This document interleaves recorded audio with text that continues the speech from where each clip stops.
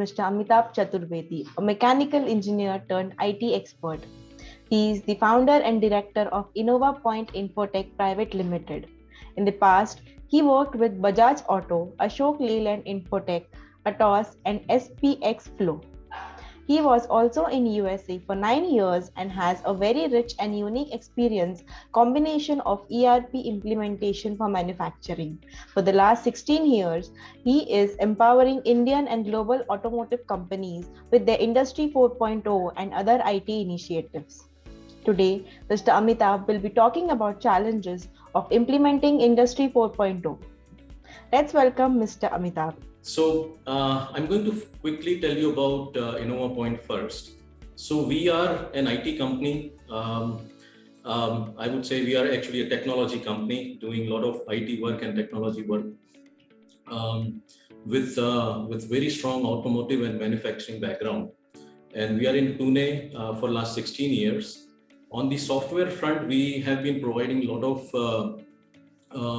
corporate systems, the software development of corporate systems to Bosch US and Bosch France. These are our two primary clients, and then we have some other automotive clients and some healthcare clients. So this is what we do in terms of software development.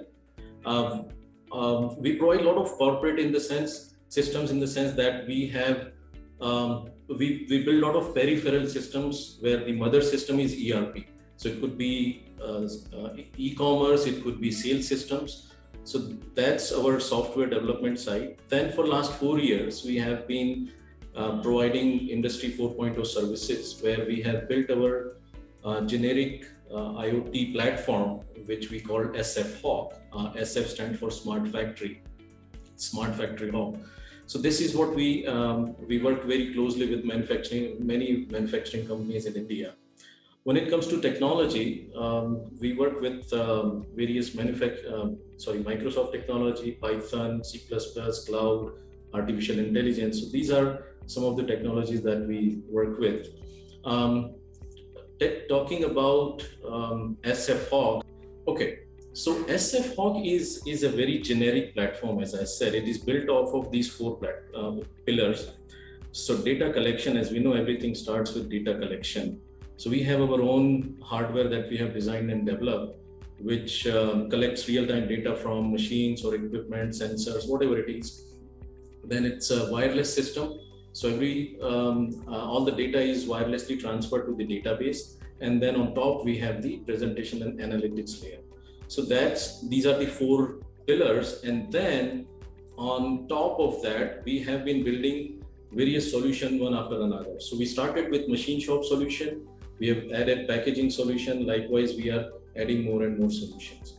Now, as we were just now talking, Mr. Huzair was talking that every company, every factory has their own challenges. Their processes are unique. Their machines are unique. So we have custom layer that we are always ready to customize our solution as per the factory needs. But at the same time, we have many common features that go across the vertical. So it could be OEE or production monitoring, all these.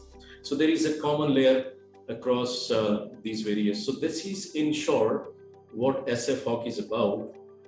Coming to the topic of challenges. So we have been working with various factories, and we've seen many trends in this area. So I'm going to, for this brief discussion today, I'm just going to put them into 3 buckets. So it's people, partner, and process. In people, I see top management, then the middle management, and the people on the shop. So for me, this people bucket is the most important bucket for making any such initiative successful. So let's quickly go into that. So top management, as we all know, these initiatives are top driven. So it has to be championed by the top management, by the owner, if that's the case. If that is not the case, and it's driven by the middle management, I think that's going to be challenging.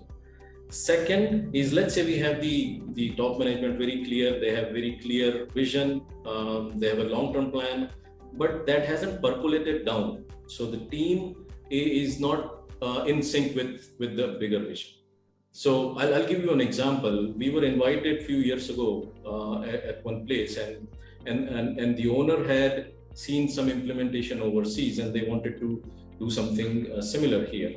So they had very clear vision. What is that they want to achieve? And they invited us. When we started talking, and then we had many interactions with the team, we realized that one or two people were clear, but various managers from different departments, they didn't know what is this initiative about, what is that long-term goal, what is that we are trying to do. And we realized it, we raised this concern, and later on, the owners also realized, they put this initiative on hold. They said, we have to first put our house in order. We are going to educate our people. We are going to bring them on the same platform, and then we'll invite. So I think that was a very wise decision. Coming to the middleman, coming to the people on the shop, I think that we all we know that people on the shop, they feel threatened with these technologies, and we can't blame them also. But at the same time, it's very important to communicate with them. Ultimately, they are going to use the system. So very important, we tell them what's the long-term plan, how it is going to evolve, what's in it for them. I have seen many systems which have been implemented, but they are not in use because people on the shop, they don't want to use it. They are avoiding it. And it has happened to us also. So that's the people side of it. Let's come to the partner. In the partner, I have included technology as well. So it's partner and technology. So what is happening today, in my opinion, is we are seeing very isolated systems happening. So we have the machine shop system people are implementing, which runs which is helping with the OE. Then we have a predictive maintenance, or we have the PDC or the foundry systems going on.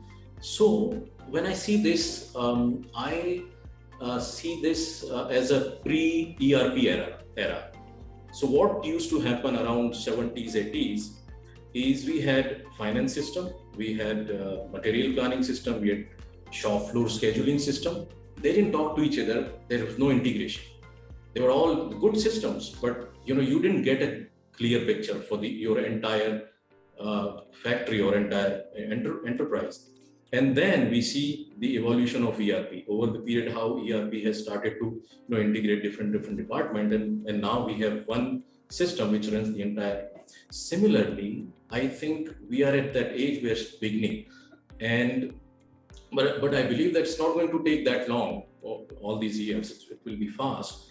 But now when we are trying to initiate these, we being the industry, they need to start seeing a bigger picture. They need to see the end-to-end system, how they are going to, and that's the kind of partner they need to select.